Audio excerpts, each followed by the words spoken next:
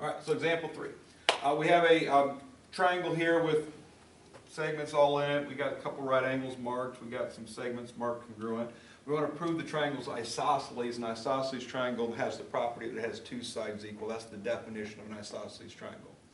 So if we're going to try and prove something by definition, we simply have to point out that the facts of the object are that. So basically, to show this to be true, I have to show that AC is congruent to AB, or AC is congruent to CB, whatever. So two sides in the triangle congruent to one another. The fact that these two pieces, AE and AD, are marked congruent, given to me, implies to me that I probably am going to show that this side is congruent to that side to show the isosceles triangle here. All right. I got some right angles in there making right triangles. We got our new theorems about right triangles: hypotenuse, leg, leg, leg, leg angle, hypotenuse angle. So we have those theorems at our discretion here.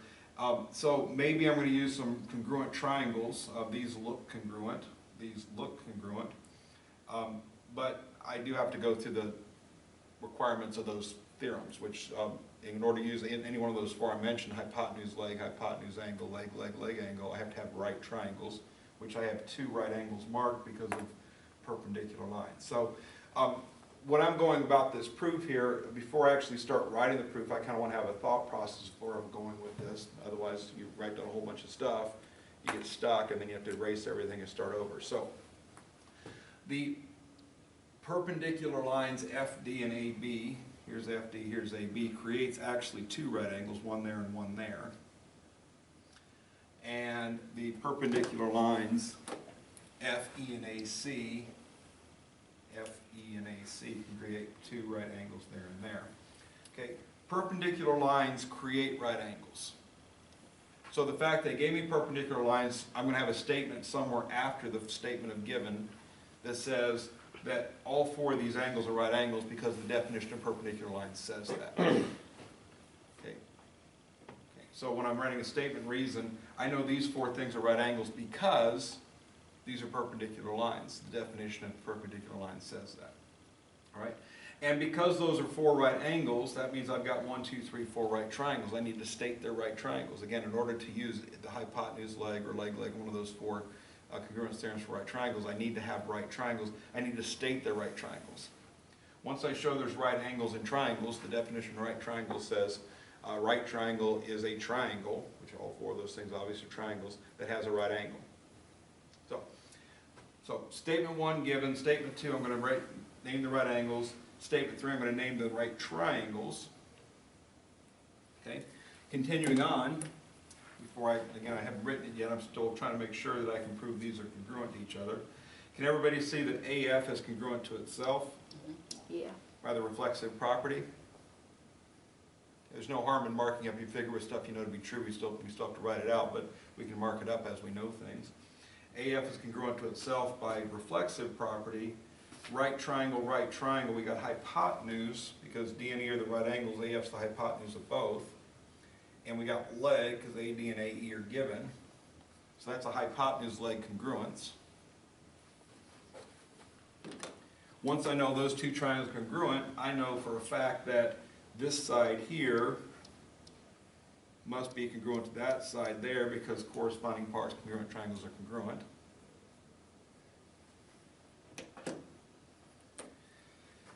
That leads me to, notice here, CF's the hypotenuse, FB is the hypotenuse. Given information, those are congruent. DF and EF are congruent because of CP, CTC, which leads me to a second hypotenuse leg congruence of two right triangles. So these two right triangles are congruent, which leads me then to EC must be congruent to DB by CP, CTC. And notice AE and EC, congruent, AD, DB, congruent.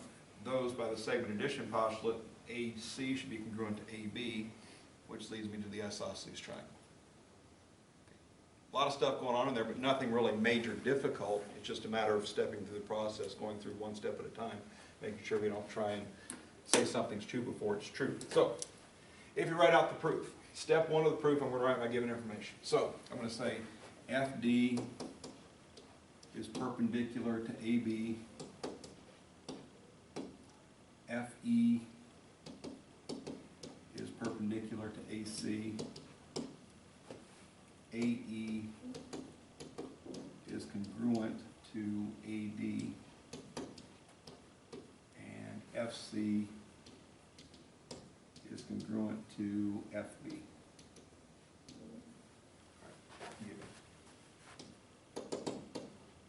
And as long as it's already been written, it's part of your proof.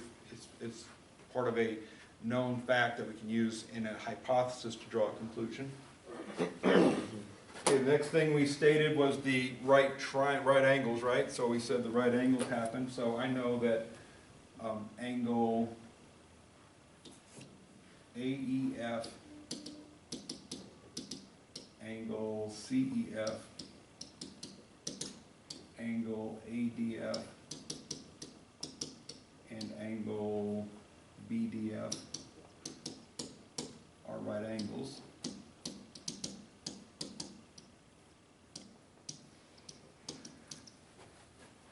Definition of right angle, perpendicular.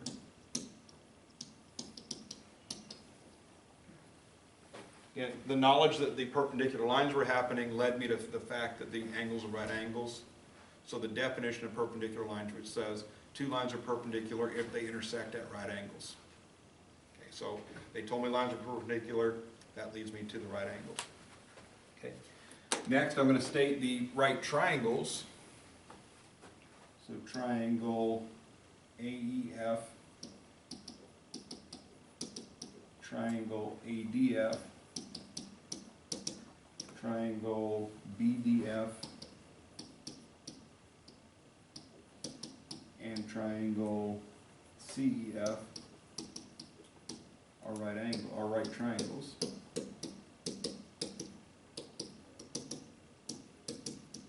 That's by definition of right triangle.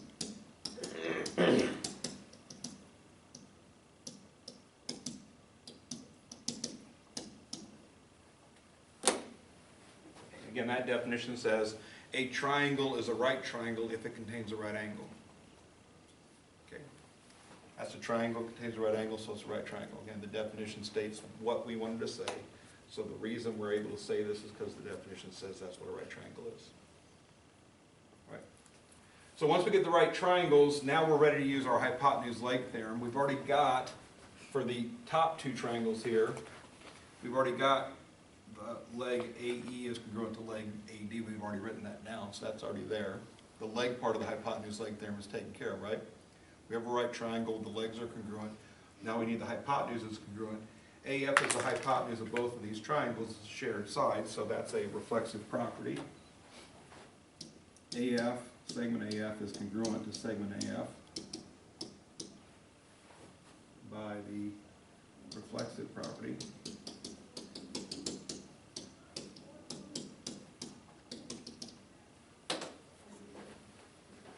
At that point, I've got hypotenuse leg congruence, and I know the two triangles are congruent. Just for the sake of getting the names in the right order, AE corresponds to AD, which means angle F down here and angle F down here should match. The E and the D match, so angle A should match angle A.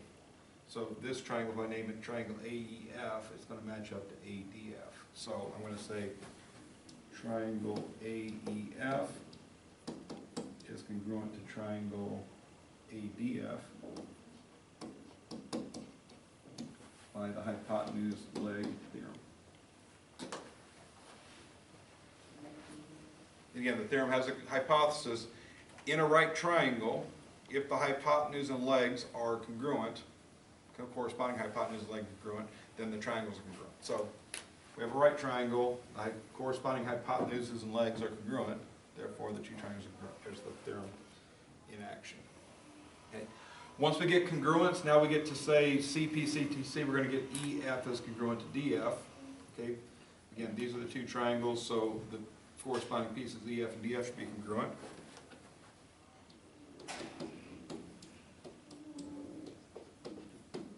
By CP, CTC. when you have congruent triangles, a lot of times the very next step after you state congruence of triangles, you're going to state some pieces of the triangles are congruent by CP, CTC. These usually happen quite often together. They're not required to. Maybe you just want to show triangles congruent and you stop.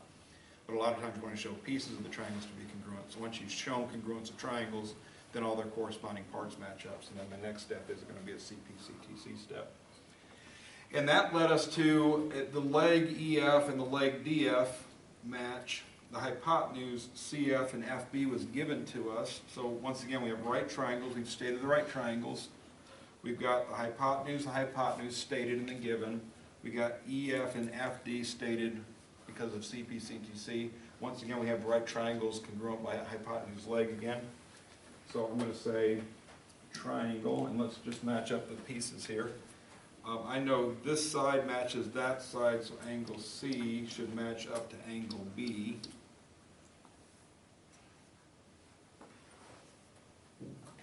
Okay. So I'm going to say triangle CEF is congruent to triangle CEFBDF. And we're stating the triangles are congruent, so triangle CEF, triangle BDF. That's by hypotenuse leg.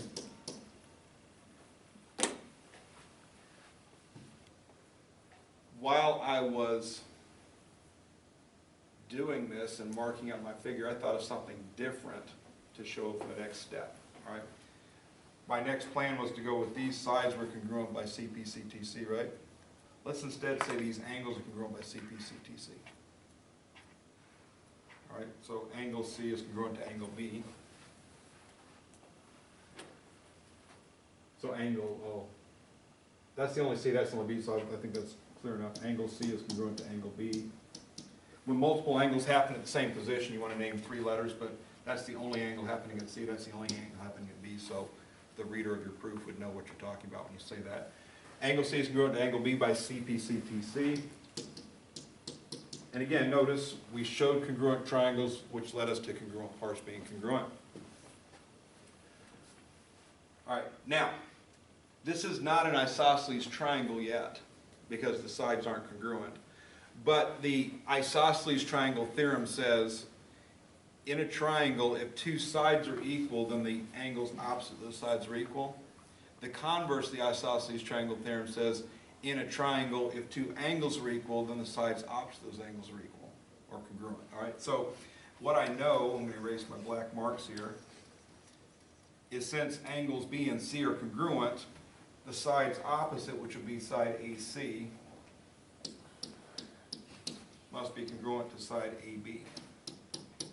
That's the converse of the isosceles triangle theorem. And again, it seems kind of backwards, maybe we're using something having the words isosceles triangle in it, but again, it has to do with the fact that we have equal angles. So in a triangle, it doesn't say isosceles triangle, in a triangle, if 2 angles are equal to each other or congruent, then the sides opposite are congruent to each other. So I can say that AC is congruent to AB.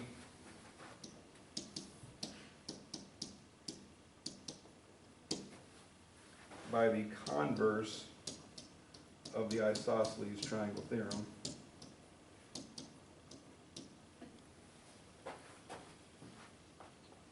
And once AC is congruent to AB, the definition of isosceles triangle says an isosceles triangle is a triangle that has 2 congruent sides. So AC and AB are congruent sides, so triangle ABC is isosceles.